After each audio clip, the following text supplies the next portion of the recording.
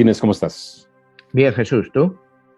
Pues aquí, bien dentro de lo que cabe, pero muchos estamos aquí con la preocupación y viendo todo este tipo de situaciones que está pasando en relación de Rusia, la guerra de Putin.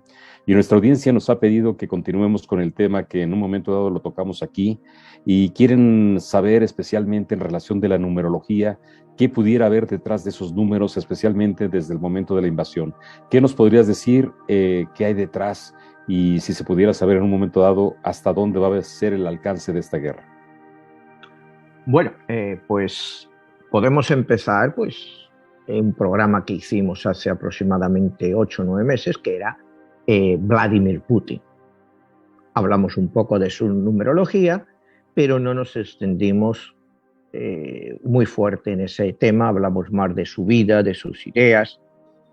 Ahora, como tú sabes, hay centenares de artículos sobre Putin en la prensa, desde que tiene la mente de un reptil, en fin, diferentes cosas que podemos ir analizando, ¿no?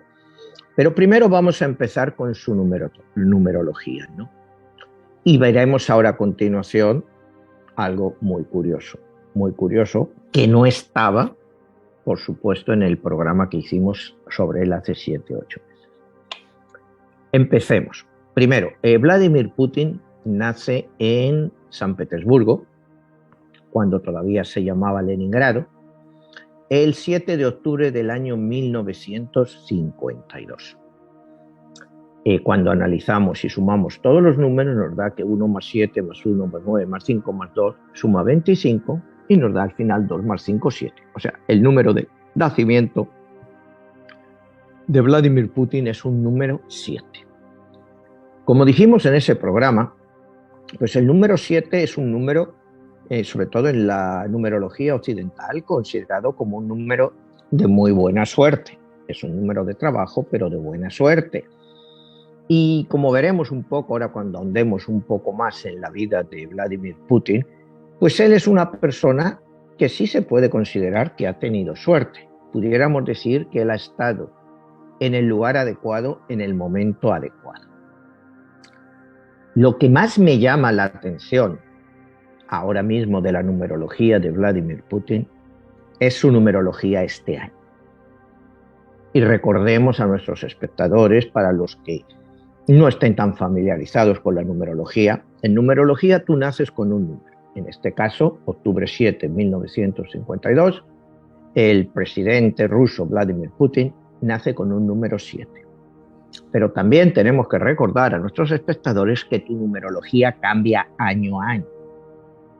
Es decir, una persona nacida, ponte el 5 de mayo del año 1954, bueno, pues tiene un cierto número, que no es el mismo que esa persona el 5 de mayo del año 2022. Entonces, se nos compone la numerología en estos momentos de 2 partes. Solo hay un momento pleno, que son cada 9 años, cuando tú alcanzas tu número. Si eres un número 1, 9 años después vas a correr todo el ciclo y vas a volver a ser el número 1, que marca el inicio de un ciclo o el cierre de otro. En este caso, Vladimir Putin, nacido en octubre 7 de 1952, tiene un número muy curioso para este año. Este año es octubre 7, 2022. Cuando sumamos 1 más 7 más 2 más 2 más 2, nos da 14. Y nos da el número 5. ¿Por qué es tan curioso esto? Si recuerdas la semana pasada, cuando analizamos los números de la primera, la segunda y la invasión de Ucrania, la numerología, yo te dije que alguien, cuando hizo la numerología de la guerra de Ucrania, la había hecho mal. No sabemos por qué, pero sumó 24 más 2. En vez de sumar 2 más 4 más 2 más 2 más 2. Cuando tú sumas 24 del 2 del 2022, 2 más 4, 6, más 2, 8, más 2, 10, más 2, 14. 5.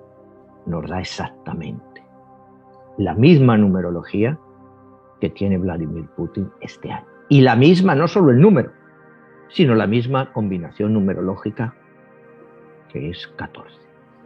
¿Eso qué significaría, Manuel? ¿Cuáles son las implicaciones que tiene esto?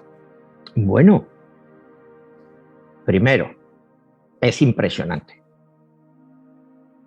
Es impresionante que este año sea exactamente la misma numerología de él. ¿Cuáles son las posibilidades reales de que él sea un número 5? La posibilidad es un 11%. Porque somos del 1 al 9, la posibilidad puede decir que es un 11%. Pero que tengas la misma combinación numerológica, es decir, 1 más 4, aproximadamente puede ser un 1 o un 2%. Y claro, que la invasión de Ucrania, 24 de febrero de 2022, sea exactamente igual que octubre 7 de 2022, la fecha, el número del presidente Vladimir Putin, pues resulta pues altamente impresionante. Y como te digo, este es uno de los mensajes que te manda la numerología. Este señor tiene exactamente el mismo número que el día del inicio de la guerra, el día que se inicia la invasión. ¿Cómo es eso posible? Otra vez, el que no cree dice casualidad. Pero yo te vuelvo al análisis que hicimos la semana pasada, cuando analizamos la Primera, la Segunda y la Tercera Guerra Mundial, cuando te dije que no sabía con qué propósito se habían equivocado al hacer la suma de los números para llegar a 32, cuando habían usado el 24 erróneamente y no lo habían separado y sumado aparte 2 más 4. A mí me deja un poco perplejo todo esto. O sea, si tú lo miras en numerología desde el punto de vista más básico, te diría que él estaba destinado a esta invasión. Porque es su número, su combinación con el día que empezó la guerra. Yo no creo ni por un segundo que los rusos hayan pensado en eso para invadir Ucrania. O sea, no me lo puedo ni creer. Pero aquí hablábamos, cuando utilizamos la fecha de febrero 22, 2022, que hablábamos de un Capicúa que marcaba un cambio. El cambio, bueno, pues ya lo hemos visto claro, que ha sido la invasión de Ucrania, que esto significa quizá un nuevo orden mundial, una nueva guerra fría. Va a ser una nueva guerra fría, pero no una guerra fría de Occidente contra Rusia. Cuidado, olvidémonos de eso. Va a ser una nueva guerra fría de Occidente contra China y su aliado menor, que va a ser Rusia. Pero el enemigo para Occidente, desde el punto de vista económico, no es Rusia. El enemigo, pues que ya lo vimos durante la época del presidente Trump, ha sido China. El objetivo ha sido China. Entonces, hoy estás escuchando las noticias, que vete a saber si son verdad o mentira. Pues ya te digo, el problema es que ya no sabes lo que escuchas. Que Rusia ha pedido ayuda militar a China para la invasión. Estaban reunidos en Roma, pues el delegado americano y el delegado chino, y el delegado chino pues lo ha negado en rotundo. ¿Es verdad o es mentira? Pues no lo sabemos, porque yo estoy seguro que si Rusia ha pedido de verdad ayuda a China, se la habría pedido mucho antes de la invasión. Y ahora lo único que ha sido es una confirmación. A mí me cuesta creer que de repente Rusia le pide ayuda a China, ayuda militar, sin un acuerdo previo. Sí puedo creer que Rusia le ha pedido ayuda a China para tratar de evitar todas estas sanciones que están cayendo sobre Putin. Esto sí que me lo creo. Que le ha pedido, oye, de los 600 y pico mil millones que yo tengo en reserva, pues tengo congelados en dólares americanos más de 200 mil millones de dólares que no puedo utilizar. Ayúdame a canalizar esto. Eso sí lo creo. que le haya pedido ayuda militar y sin especificar qué tipo de ayuda. No sé qué tipo de carencias militares puede tener Rusia. Aquí, pues yo oigo a los analistas por televisión o en noticias y ya la gente va cambiando un poco cuando analizan la guerra, ¿no? O sea, desde la euforia que tú veías aquí en CNN, que la invasión era un fracaso, que en 2 días, que la resistencia del pueblo ucraniano, en fin, ya hablamos de eso la vez pasada. Analistas y gentes estrategas, generales retirados que pueden opinar, ¿no? Porque un general en activo de la OTAN, de un país miembro de la OTAN, no te puede decir realmente la verdad de lo que está pasando, sino la versión oficial. Ya están contrariando esta versión que tenemos aquí de que los rusos lo están haciendo muy mal. Y te decía este general que los rusos pues, han seguido las iniciativas de una guerra básica y de lo cual tú puedes esperar del estilo de luchar ruso. Y él decía, mire, subestimar a los rusos siempre empiezan muy mal todas sus guerras. Vayan históricamente a la Primera, a la Segunda Guerra Mundial, las empiezan muy mal. Pero lo importante no es eso, sino ver cómo las acaban, que siempre las acaban ganándolas. Bueno, es una opinión más. Yo me parece una persona muy respetable. O sea, empiezas a escuchar a historiadores europeos que ya se van abriendo más.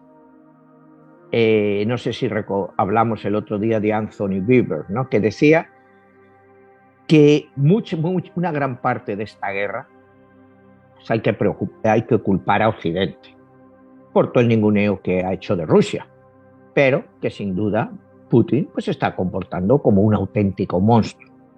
O sea, yo creo que a nadie nos cabe duda de que Putin sí se está comportando como un salvaje. En eso no tenemos duda.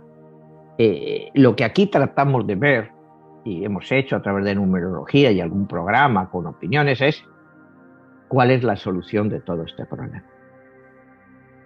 Otro historiador muy conocido decía que se dice que Putin está loco, pero los locos están realmente en Occidente. Es otra opinión. Dice, últimamente cualquier enemigo que se nos presenta a Occidente está loco. Saddam Hussein estaba loco, cualquier otro que se nos presente, el Mullah Omar en Afganistán estaba loco. Dice, todos están locos para nosotros. Y nosotros en Occidente no nos damos cuenta de nuestra propia locura. Los dirigentes que tenemos. ¿Cuántos de ellos están realmente sanos para estar acusando a otro de loco? Dice, y lo peor que podría pasar, que esto acabar en una guerra entre locos. Entonces, bueno, son ya opiniones que te van saliendo, que la gente va opinando más, porque desgraciadamente, lo que no sea criticar a Putin y Rusia, parece que no está bien visto. Parece que no puedes buscar otras alternativas, que tienes que decir que se ha equivocado. Lo único, por supuesto, que se ha equivocado. Se ha equivocado desde nuestro punto de vista. Nadie sabe lo que piensa la mente de Vladimir Putin. Es lo que la mayoría, unos psicólogos te dicen, bueno, tiene la mente del psicópata. Bueno, no sé cuánta gente ha tenido acceso a él para realmente saber si es un psicópata. Yo, cuando aquí analizamos su vida, como hemos hecho otras veces, ¿no? Pues vamos desde el inicio. Él viene de una familia relativamente pobre, no pobreza extrema, pero oye, 1952, cuando él nace, Rusia acaba de salir de la Segunda Guerra Mundial. Su familia, su padre, su madre trabaja en una fábrica, su padre pues había estado en el ejército, como todos, todo el mundo tenía que ir ahí al ejército. Es una familia de 3 hijos, los 2 primeros mueren, entonces Vladimir Putin pues, se queda como hijo único, en una sociedad muy traumatizada por la guerra. comparte lo que se llama un apartamento comunal, como se definían en la época, y era un apartamento en el que lo compartían 3 familias, entre ellas pues la familia del padre y la madre, primero los 2 hijos que murieron y después Vladimir Putin. O sea, que ya sabe lo que son las estrecheces de la vida, que viene de un país que sale de una guerra, que le está mal abastecido, todavía hay hambrunas, en fin, está bajo Stalin todavía cuando él nace, porque Stalin no va a morir hasta un año después. Entonces es una época muy difícil, el nacimiento de Putin. Putin de niño, bueno, pues va a la escuela local, no se destaca por ser un gran estudiante, pero tampoco es un mal estudiante. O sea, es un estudiante medio, con calificaciones buenas, pero no magna cum laude. O sea, es un buen estudiante, pero no es un estudiante maravilloso. Lo que sí es, se convierte en un gran deportista. Él entra a aprender, empieza a aprender judo y sambo. Sambo, acuérdate, es otra disciplina de artes marciales. Y él, pues ahora mismo, pues es cinturón negro y creo que sexto dan, que creo que eso es altísimo dentro del judo. O sea, es un hombre que siempre le ha gustado la lucha. Y la lucha cuerpo a cuerpo, o sea, que no rehúye la lucha cuerpo a cuerpo. Esto es algo que yo creo que tenemos que entender, o los occidentales, cuando estamos lidiando con él. Que él le entra a la lucha cuerpo a cuerpo. Él no se va a echar atrás. Él, si quieres judo, si quieres sambo, él te vas a agarrar a piñazos o a lo que sea, pero él te va a entrar. Entonces, por eso el otro día hablábamos de lo ridículo que es solo sanciones, sanciones, sanciones y pensar que las sanciones van a acabar con él, con la infancia que tuvo, después de la experiencia traumática que dejó en Rusia la Segunda Guerra Mundial, que ahora este hombre se va a echar atrás. Te digo, por ahí vamos equivocados. Seguimos con su vida. A los 16 años, cuando está acabando ya la escuela, lo que sería aquí el high school, se presenta ahí en Leningrado, en los cuarteles de la KGB, y dice que quiere trabajar para la KGB porque quiere ser útil a su país. En la KGB, pues se lo toman un poco como, no le toman en serio, pero en el sentido de decir, mira, tú eres muy joven, ve primero a la universidad, trata de estudiar Derecho, y entonces estoy seguro que con tus ganas de servir al país podremos encontrarte pues un acomodo. Y efectivamente, pues Putin se va a la universidad, acaba su carrera de Derecho, se va otra vez a la KGB y sí, pues, le admiten en la KGB, pues él empieza con tareas básicas y eventualmente pues le destinan a Alemania del Este, pero no le mandan a la capital, o sea, no le mandan a Berlín, sino que le mandan a la ciudad de Dresden, que era un frente mucho menos complicado, porque acuérdate, toda la época de estos espías, pues era Berlín el centro, él era Dresden, pues un centro secundario, pero él allí empieza a demostrar pues, que tiene talento para ello. Bueno, él se va allí, pasa unos años y finalmente viene en 1989 la caída del muro de Berlín. Él se siente amenazado porque pues, la embajada rusa en Dresden es apedreada y él ve el fin de la Unión Soviética como una gran tragedia. Él lo ve como una tragedia. Es como una gran tragedia. O sea que la gente, los dirigentes rusos, pues no tienen los pantalones para defender un imperio que han hecho. Es como él lo ve. Es como él lo ve. Y como también lo ve otro personaje, otra persona muy importante hoy en día, de la que ya hemos hablado, que es Xi Jinping. Y Xi Jinping te dice, la Unión Soviética, para mí la caída de la Unión Soviética es una tragedia inexplicable.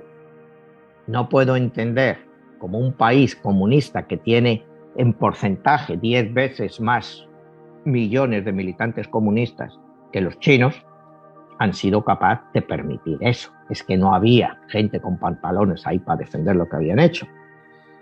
Y esa es pues la idea de Putin. Considera pues, que la caída de la Unión Soviética ha sido una gran traición. Considera que es una traición.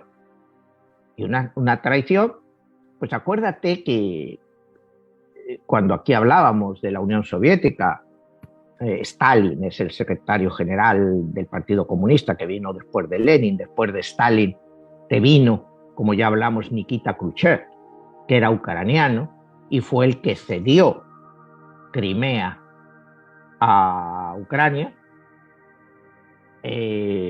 Al final, pues Nikita Khrushchev es considerado como un blando y es derrocado, y te llega Leónidas Brezhnev, que es un duro. Después ya también Brezhnev estaba muy viejo. Después de Brezhnev te viene una época en que te llega Chernenko, Kirilenko, pero ya estás, y Andropov. Primero te llega Andropov, que era el jefe de la KGB, que había trabajado, o sea, Putin lo conocía, porque él entró en la KGB cuando estaba bajo el liderazgo de Andropov. Entonces, Andropov pues, era un tipo duro. Después te llegan Chernenko y Kirilenko, ya dos abueletes. Y finalmente te llega el que era el ministro de Agricultura, que era Gorbachev, que inicia pues la época de apertura. O sea, la historia de la Unión Soviética, como te digo, no tiene muchos dirigentes, porque todos estaban ahí por un buen número de años. Por eso te digo, es fácil recordarlos. Gorbachev inicia sus reformas y, bueno, pues como todos sabemos, pues se le va de las manos. Se le va de las manos para mal para muchos rusos o soviéticos, pero celebrado por Occidente, porque finalmente acabamos con la Guerra Fría. Pero eso a él se le va a quedar marcado. Llega Gorbachev, al final Gorbachev rompe la Unión Soviética, se queda solo lo que es la Federación Rusa, y la Federación Rusa, pues el presidente de la Federación Rusa en ese momento pues era Boris Yeltsin, del cual ya hemos hablado también aquí otras veces. Este hombre, Putin, vuelve a Leningrado. El alcalde de Leningrado, que es elegido por primera vez democráticamente, había sido profesor de Putin en la universidad cuando él estudiaba Derecho, y le mete dentro de su equipo, y entonces Putin se convierte en vicealcalde de Leningrado, y ahí empieza a demostrar un gran talento. Las cosas siguen deteriorándose bajo Yeltsin. A él le ofrecen la oportunidad de volver a Moscú. Él en esos momentos pues era teniente coronel de la KGB, o sea, él nunca llegó a lo máximo de la KGB, se quedó en teniente coronel. Y alrededor del año 98 pues, se le ofrece ser pues, el nuevo jefe de la KGB, que ya no es la KGB, sino el FSB, o sea, las fuerzas de seguridad rusas. Él entra ahí con mano dura, con mano muy dura. Vamos a ser serios, él entra con mano muy dura. Yeltsin se fija en él porque le ve una persona de la cual te puedes fiar. Él considera que te puedes fiar de él. Entonces acaba nombrándole primer ministro. Como primer ministro, pues lo primero que hace Putin es acabar con la rebelión de los chechenos. Para los que no se acuerden de lo que es Chechenia, Chechenia era una de las repúblicas de la antigua Unión Soviética, mayoritariamente poblada por musulmanes. Los rusos siempre tuvieron un gran miedo al problema musulmán. Cuidado, tenían más miedo a los musulmanes que a una propia guerra, pues sabían que eso era una guerra interna y que eran por motivos religiosos muy difíciles de controlar. Y es la razón porque años antes pues Rusia invadió Afganistán, porque no quería que el influjo de los afganos se pasara a los chechenios y otros pueblos. Esa es la razón por la que Rusia, la antigua Unión Soviética, entra en Afganistán. Pero bueno, haciendo ese impact, Putin entra en Chechenia. La excusa es que en Moscú y otras ciudades rusas pues han estallado artefactos explosivos y han causado muchas víctimas, que eso es cierto. Lo que pasa que, claro, los críticos de Putin dicen que él mismo fue el que ordenó esos ataques terroristas dentro de las ciudades rusas para culpar a los chechenos y tener la excusa para invadirlos. ¿Verdad? ¿Mentira? Pues puede ser verdad. ¿Qué hace? Bueno, Putin manda a las tropas a Chechenia y hace que, no sé, según cifras oficiales, pues alrededor de 80.000 chechenos mueran. O sea, ya se veía que Putin no se andaba con chiquitas. No se andaba con chiquitas. Llega ya por primera vez, Yeltsin se retira, ya pues como hemos dicho aquí era un alcohólico, y llega a un acuerdo con Putin para que se respete todo lo que él ha robado, su fortuna y la fortuna de todos sus familiares. Acuérdate, aquí hemos hablado del expolio de lo que fue la antigua Unión Soviética, con 250.000 empresas pues que se privatizaron, pero empresas del nivel de Gazprom, o sea, la principal quizá petrolera y gasera de Europa. Eso se privatizó y se privatizó, como lo hemos explicado otras veces. Digamos que a Gazprom se le da un valor de 10.000 millones de dólares. Bueno, ponte, yo, el Estado soviético, el Estado ruso, te presto a ti, Mijaíl, lo que quieras, uno de estos oligarcas, 10.000 millones en rublos, cuidado, ni siquiera en dólares, en rublos.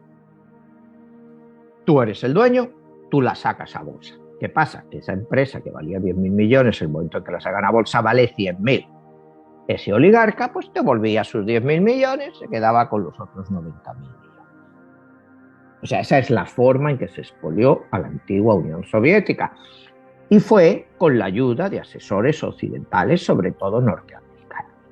O sea, tampoco podemos quitarnos nosotros las ayudas que se le hicieron a Rusia para tratar, decían, de occidentalizarlo.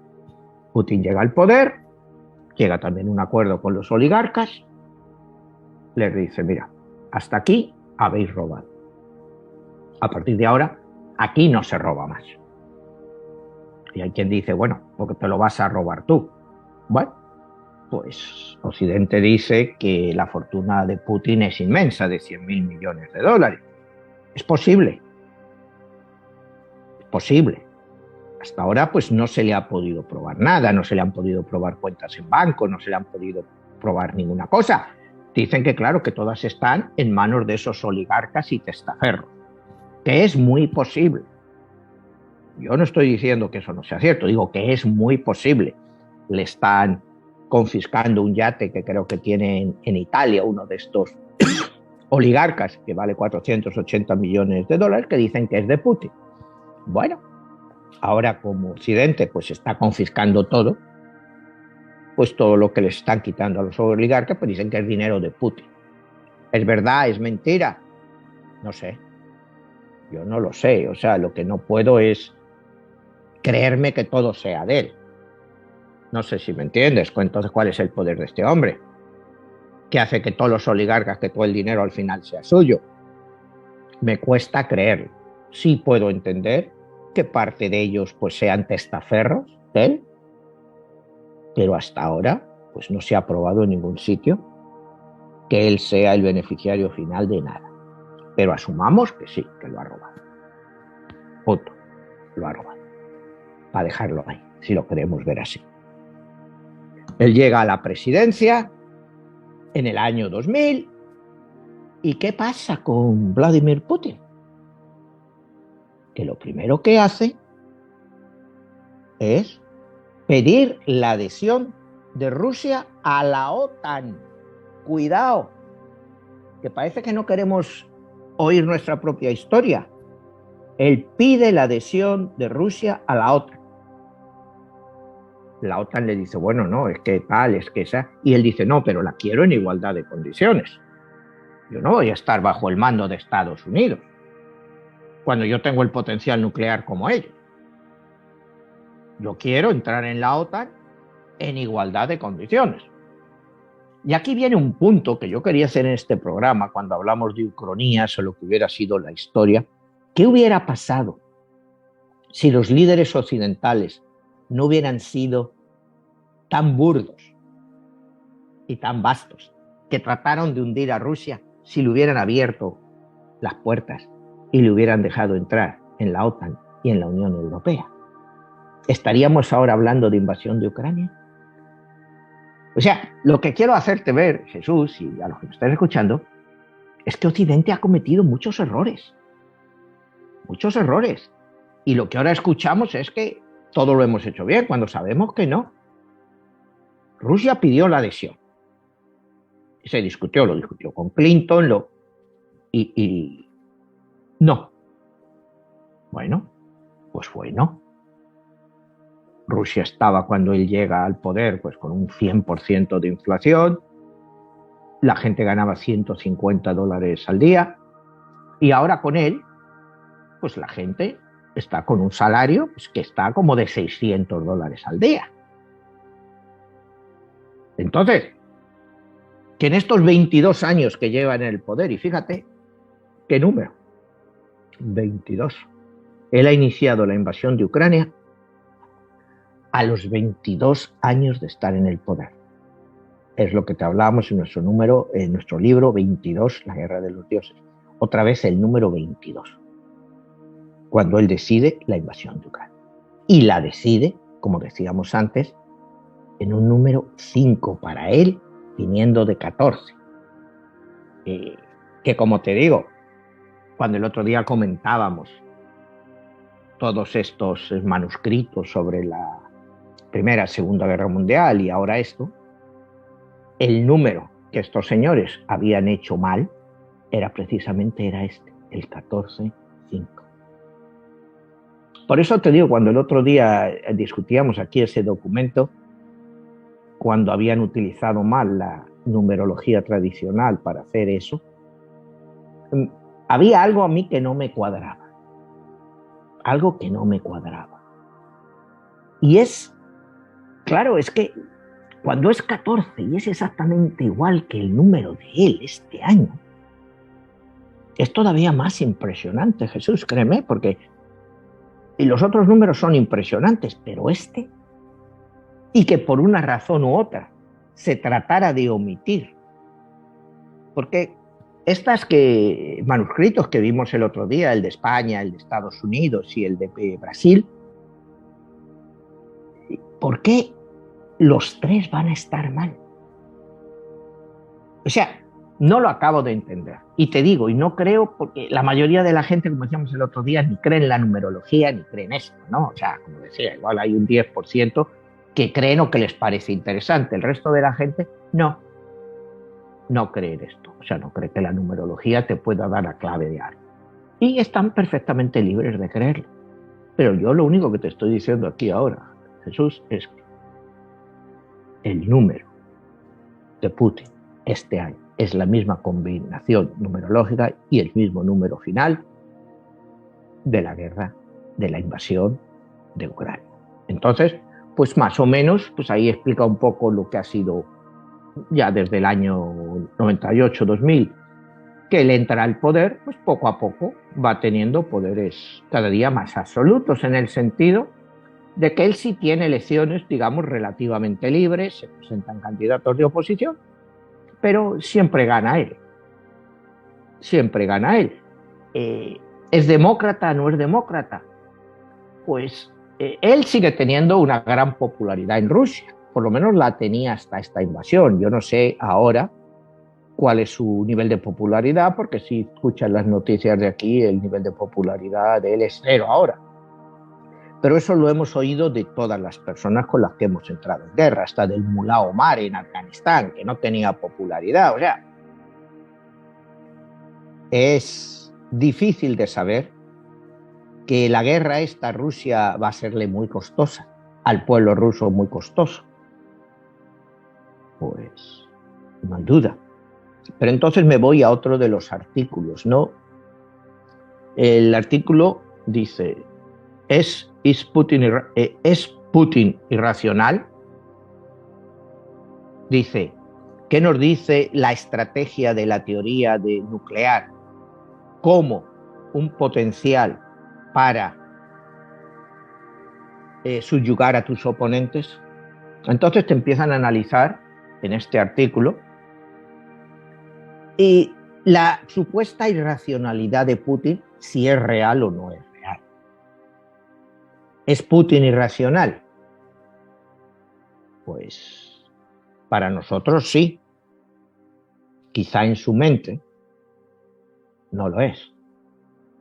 No lo es. Quizá está jugando.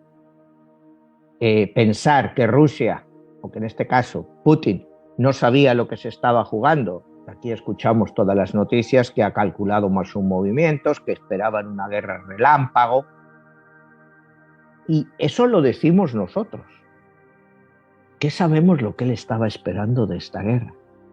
¿Estaba esperando una guerra relámpago o una guerra tal y como la está haciendo ahora? Porque acuérdate que la estrategia que está siguiendo en Kiev, en Odessa, es muy similar a la estrategia rusa que ha seguido en Siria. La forma de ataque es muy similar. Entonces, yo no creo, sinceramente, que él pensara que podía conquistar Ucrania en 2 días. Sí lo hubiera podido conquistar. Si tú haces bombardeos masivos y destruyes todas las ciudades, ¿quién puede resistirse a eso?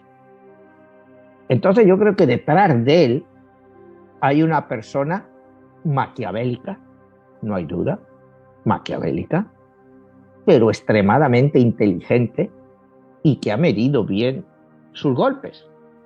Hoy estaba escuchando a otro analista y decía, ¿en qué se ha basado Putin, entre otras cosas, para tomar su decisión?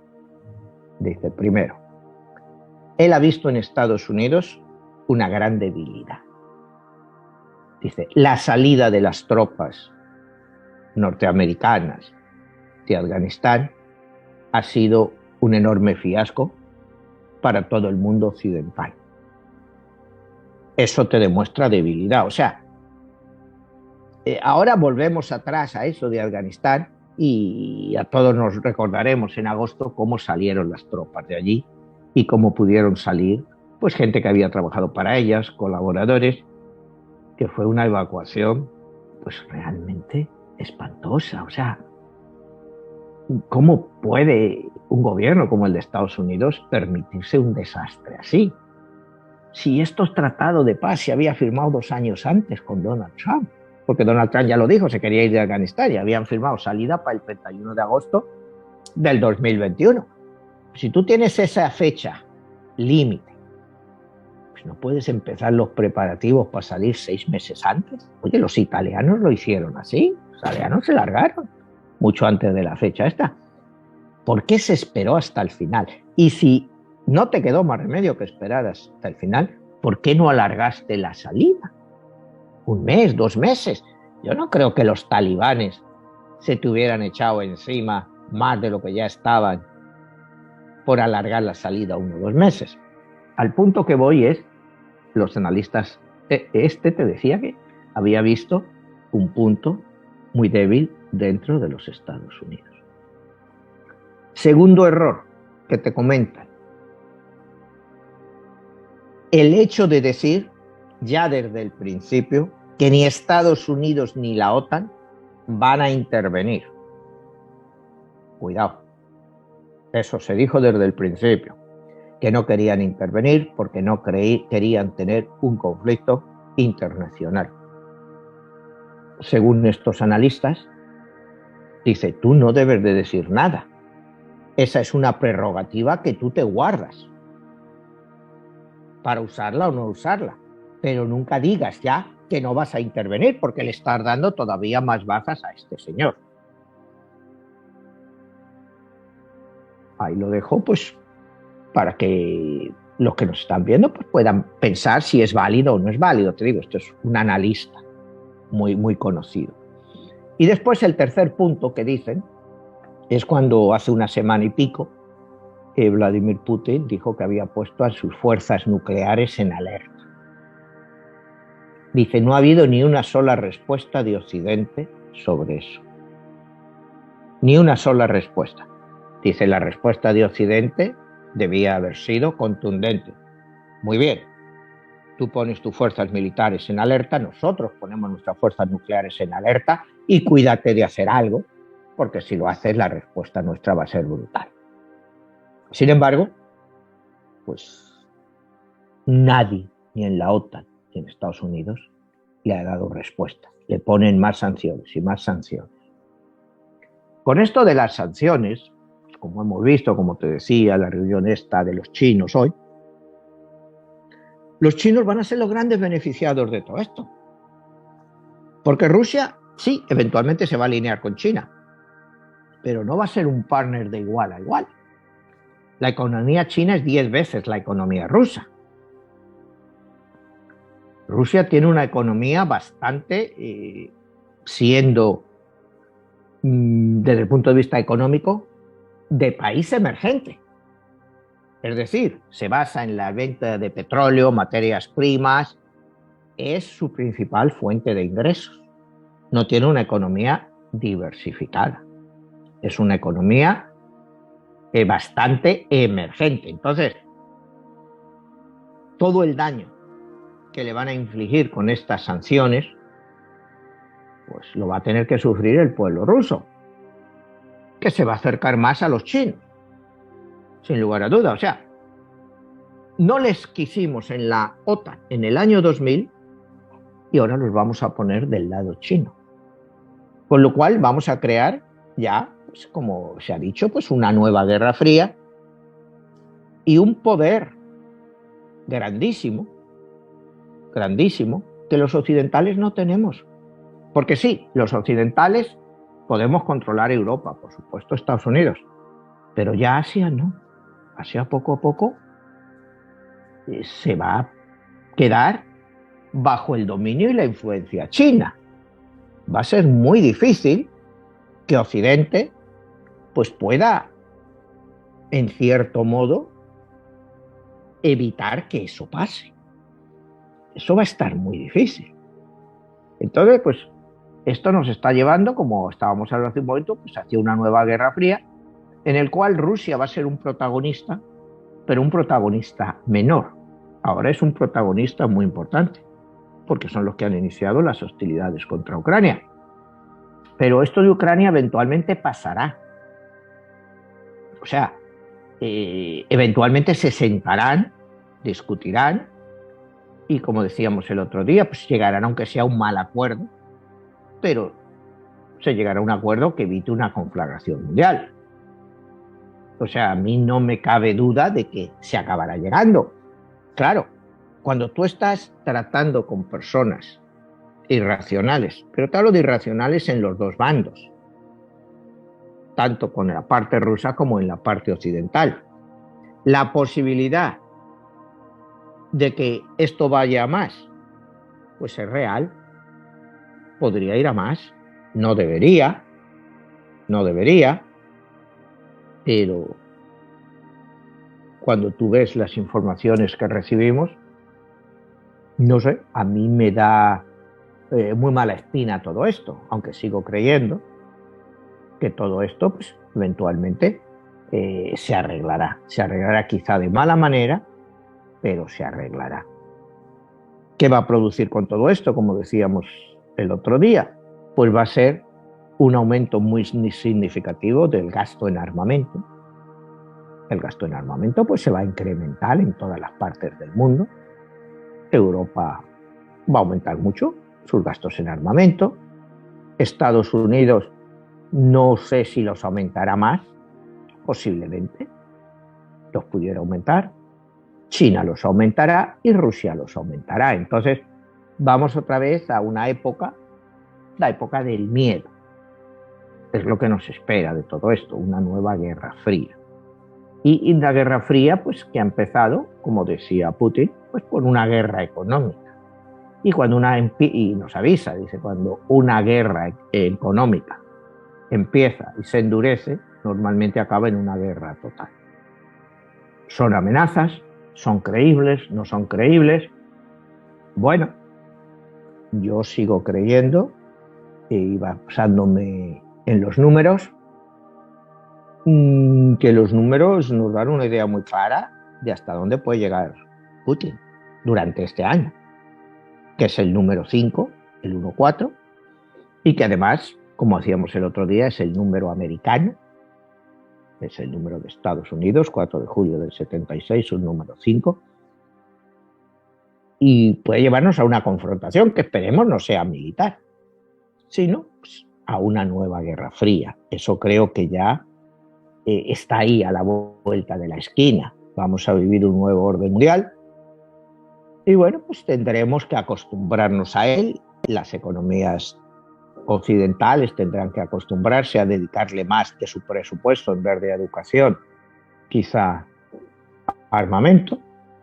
Es una desgracia, pero eventualmente eso va a pasar porque Estados Unidos, como decíamos la otra vez, pues no está dispuesto a seguir pagando la factura europea. Entonces, bueno, pues eso es más o menos, yo creo, lo más interesante de todo esto. Ha salido esta semana también otra vez, que a mí me produjo mucha preocupación, sobre las armas biológicas en Ucrania. ¿Qué hay de verdad y de mentira en esto de las armas biológicas? Porque dice que se supone que Ucrania, pues durante la época de la Unión Soviética, pues sí tenía bastantes laboratorios de producción de armas biológicas. Se supone también, y yo todo esto te digo se supone, porque realmente no sabes nada de que esas armas supuestamente bacteriológicas fueron destruidas o llevadas a Rusia. Y que se dice que los laboratorios biológicos que Ucrania tiene hoy en día, pues son sencillamente pacíficos en el sentido de estudiar pues estas bacterias, estos virus que podrían supuestamente aparecer pues en un momento dado en cualquier sitio del planeta, pero que no son armas biológicas.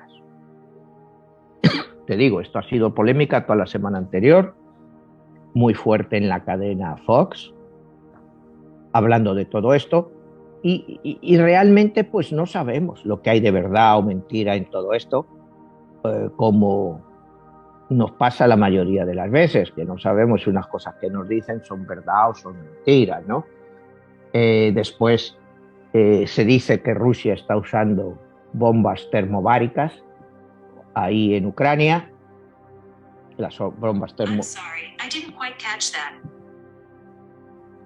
Las bombas termobáricas, como todos sabemos, son unas armas brutales de destrucción masiva que te van a varios miles de grados y pulverizan todo lo que está alrededor de lo que cae. O sea, la gente queda pulverizada. Es una bomba tradicional. ¿Las están utilizando o no las están utilizando? Pues hay quien dice que sí. La ONU no ha emitido ningún comunicado claro sobre eso, pero supongamos que sí, que es posible que las estén utilizando, lo cual te da idea de lo grave que es esta situación y a qué punto pudiera llegar. Yo creo que estos pues, son los puntos más interesantes que podemos discutir de Putin, como decía el artículo ese, su mente de reptil, que no sabe realmente lo que está pensando y que nadie sabe realmente lo que él piensa y lo que él quiera. Estamos asumiendo por informaciones que tenemos de gente que supuestamente ha tratado con él, pero tienes que entender que tú estás hablando con un alto cargo de la KGB, que él sabe todo lo que es una guerra de esta, de fake news. Ellos saben cómo utilizarlo. Entonces no sabemos, en el fondo, lo que está detrás de la mente de Putin y cuáles son sus objetivos reales en Ucrania. Como te digo, yo te he dado comentarios de muchos puntos de vista, de personas que te dicen pues que los rusos pues que no saben luchar, que no se esperaban encontrar esto, y otros que te dicen pues que es una estrategia clásica rusa. No soy militar, yo pasé muy poco tiempo en el ejército y no te sabría definir una estrategia militar a quién creer más o menos. Lo que te quiero decir, a mí lo que más me preocupó es la fecha esta del 24/2 del 2022, que coincida exactamente con el número de Putin este año, no solo el número final, sino la combinación numerológica de 14. Pues muy bien, Manuel. Una pregunta que quizá está un poco fuera del contexto de lo que estás hablando, pero es parte de repente viene esta guerra de Ucrania y Rusia y todo eso y se acabó lo del COVID, como que ya ahorita ya esto es otra dinámica que también tenía en jaque al mundo. ¿Y qué podemos esperar si es que sigue la pandemia durante esta guerra o definitivamente ya se paró todo eso? ¿Qué podrá venir? Bueno, pues mira, yo aquí pues he escuchado muchos comentarios que decían que después del COVID pues la gente iba a vivir en un mundo mucho mejor, porque la gente iba a ser mucho más sincera, mucho más dialogante, tendría un entendimiento mayor después de lo que hemos pasado con el COVID. Y acabamos el COVID y nos encontramos con una guerra. O sea, es otra vez volver a todas las buenas intenciones que se dicen de cómo se comporta el Sapiens, y ya ves que no, que ahora mismo el COVID, yo creo que el COVID no está en la mente de nadie. O sea, el COVID, yo raramente lo veo ya hablar de él en la televisión. Se menciona que si no sé cuántos casos, fallecimientos, pero ya no es prioridad. O sea, esto nos ha hecho ver cuáles son nuestras prioridades, en cierto modo. Y nuestra prioridad es salvar la vida, salvar lo que tenemos. Evitar que un loco o unos locos pues, puedan acabar con todos nosotros. O sea, lo del COVID, pues con eso te digo. Tú fíjate qué curioso que la gripe española, estaban en plena Primera Guerra Mundial, todavía, y llegó la gripe y, pues, como te digo, era un asunto de Estado y estaba oculta. Por eso se la llamó gripe española, porque España no participó en la Primera Guerra Mundial y los periódicos españoles fueron los primeros que empezaron a reportar los casos. Por eso se la llamó gripe española, pues se informaba desde España. Pero la gripe realmente vino de Estados Unidos, de Kansas, posiblemente con las tropas americanas que venían a ayudar a los europeos. Se trajo de allí. Pero bueno, se la llamó siempre la gripe española y coincidió pues con la guerra. Ahora mismo pues el COVID está coincidiendo pues con la guerra de Ucrania. ¿Qué te digo? Depende del contexto en que lo mires. Por supuesto es una guerra menor si la vamos a comparar con la Primera o la Segunda Guerra Mundial. Lo que tenemos que ver es quedarnos en que sea una guerra menor, que sea solo un conflicto y que pueda ser arreglado. Lo que no queremos es que el COVID sea el precursor de otra guerra mundial. Pero te digo tu respuesta, el COVID pues ha pasado en el segundo plano de la preocupación de la gente. O sea, por eso tantas teorías conspirativas y cosas de esas, que dicen, bueno, ahora con la guerra ya nos olvidamos del COVID y todo lo que ha pasado con el COVID, ya, todos los errores, todo lo que se ha hecho, está pasado. Te digo, la gente pues habla porque a todo el mundo le gusta hablar y opinar. Yo creo que el COVID pues prácticamente pues, está vencido de momento. En 2 años veremos. En vez de COVID-19 nos viene el COVID-23. Con la variante Delta, Omicron, lo que quieran. Y te viene otra vez. No sé, vivimos en un mundo, a mí cada vez me recuerda más a el 1984 de George Orwell. Y creo que esto, el COVID y esta guerra de Ucrania nos están llevando a esto, que va a haber dos bloques, uno bueno y uno malo, y que van a vivir enfrentados entre sí. Pues esto es la Guerra Fría, George Orwell lo explicaba todo muy bien, todo lo que son los fake news, ya hablaba de ellos, que toda la propaganda del gobierno era fake news, y tenías que pensar como ellos. Y eventualmente pues esta guerra pues nos va a llevar a eso, la guerra, el COVID, toda esta situación, a las noticias que son buenas y las noticias que son falsas. Pero ¿qué noticias hoy en día son falsas y cuáles no? Si tú escuchas la CNN, ¿son noticias reales? ¿Llevan la razón? ¿O son las noticias que te da Fox o que te da la BBC o que te da la televisión rusa o la televisión china? Desde nuestro punto de vista asumimos que las noticias que te da la televisión rusa son falsas, noticias que te da la televisión china son falsas, pero ellos asumen lo mismo que de nosotros, piensan que todas las noticias que vienen de Estados Unidos son falsas o todas las que vienen de Europa son falsas. Entonces nos hemos creado en dos bloques, que cuál de los dos tiene razón o cuál de los dos dice más mentiras. Nosotros estamos inclinados a creer pues que en el mundo occidental somos más propensos a la verdad que en el muro, en la parte oriental. Pero otra vez, es una percepción. Desgraciadamente, como hemos hablado muchas veces, nuestra percepción es nuestra única realidad. Entonces, no sé, yo ahí te lo dejo a ti, a las personas que nos estén viendo, pues estas reflexiones, y les dejo con estos números, ¿no? O sea, preocupantes. Te digo, para mí me resulta más preocupante este número que los otros números que nos mandamos, que analizamos la semana pasada. Y te vuelvo a decir, ¿por qué escondieron este número? ¿O es que no se preocuparon? Pero yo estoy seguro que alguien, no sé, en departamentos de Estado, en la CIA, pues ellos tienen numerólogos y tienen astrólogos, porque lo tienen.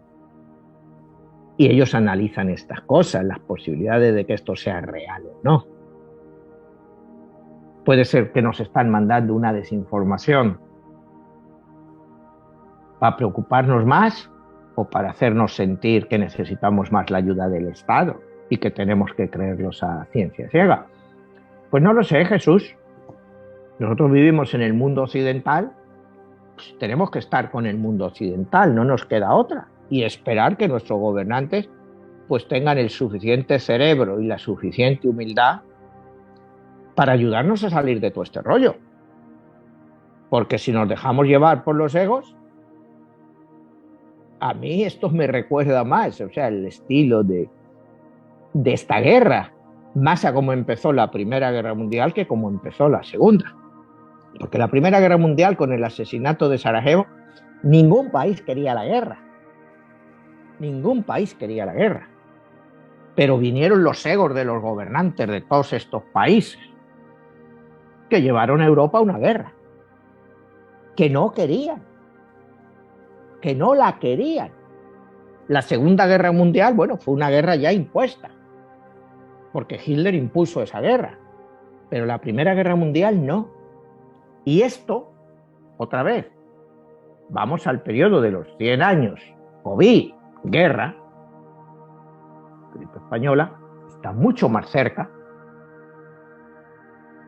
de ese parámetro histórico que la Segunda Guerra Mundial. Que en la Primera Guerra Mundial, acuérdate, pues las alianzas tuvieron que hacerse, asesinan al archiduque en Sarajevo, pues ya los austriacos dicen, pues, hay que ir a la guerra. Pues los alemanes eran aliados, pues no les quedó otro remedio. Entonces, pues por otra parte estaban los rusos, con los británicos, con los franceses, pues ya no les quedó más remedio que ir a la guerra porque estaban en bloques, como estamos ahora en la otra.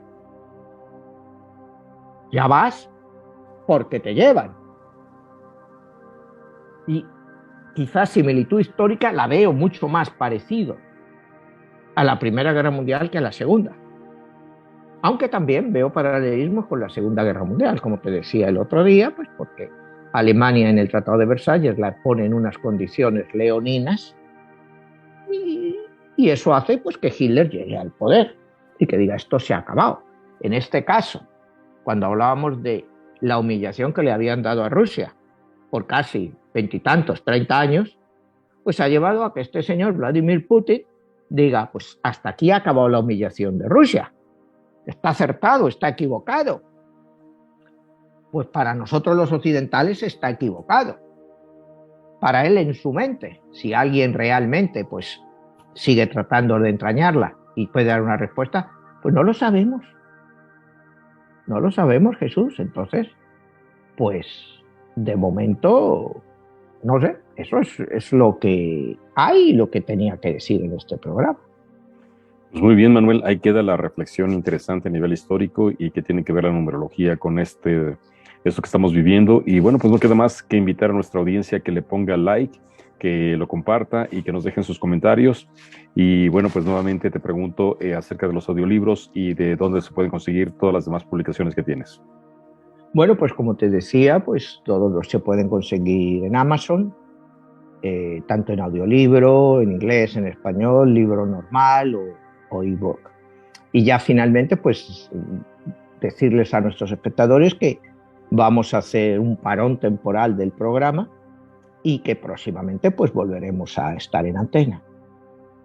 Pues bien, Manuel, te agradezco muchísimo y nos estamos viendo hasta la próxima. Hasta la próxima, Jesús. Gracias.